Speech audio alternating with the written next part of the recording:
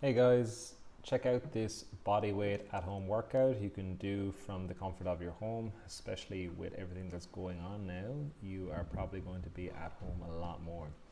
So each movement has 3 levels. You find a level that suits you and you work at that level for 30 to 45 seconds and aim to hit 3 to 5 rounds for each movement. So the first exercise was a squat, then a 1.5 rep squat. And then after the 1.5 rep squat, you move into a rolling squat. So with the rolling squat here, I'm going all the way back nice and gently, keeping the back rounded and standing up tall. Again, tucking the chin, rounding the spine and coming back up. You want to also make sure that you're keeping the spine rounded, and it's good to use a bit of padding if you haven't done this before. You can also add a jump at the end to make it a bit more challenging. From there, we're going to go into a pushing pattern, and starting with your push up off your knees, focusing on moving slowly and controlled. After that, we go on to a half push up. So full push up all the way down under control, and then using the knees to come back up. If both of these options feel okay, you can move to the full push up. And the full push up is basically not using any assistance from the knees and moving down and back up. Be really mindful with the push-up as well that the shoulders don't round forward. So I'm keeping my shoulders pulled back and down throughout this movement. After that, we're on to a hinging pattern, and this is a really great movement to get a good hinge that will help you for deadlifting and movements like that. After that, you're into a back scales. So this is like a single leg deadlift pattern.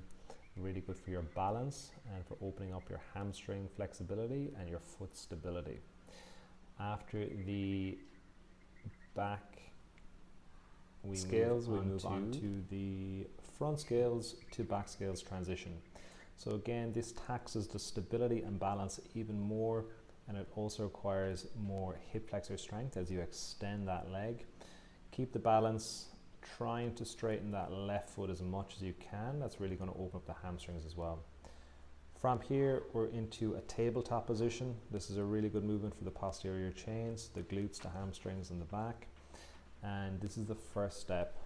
After that, you can go on to a 3-point bridge with reach. So moving the weight onto the left hand and reaching the right hand overhead diagonally and switching that up. Again, you're going to go for 30 to 45 seconds each side. You want to look at your thumb, the thumb that is extended in the arm. So reaching, following the vision with that arm. After that, you're going to go into a crab walk. With the crab walk, if you can, you're going to keep the hips as high as you can. That's going to make it more challenging. But you can even drop the hips lower to the ground if this is a very challenging movement for you. And again, if this is too much for you, you will drop back to an easier variation, so a level 1 or a level 2.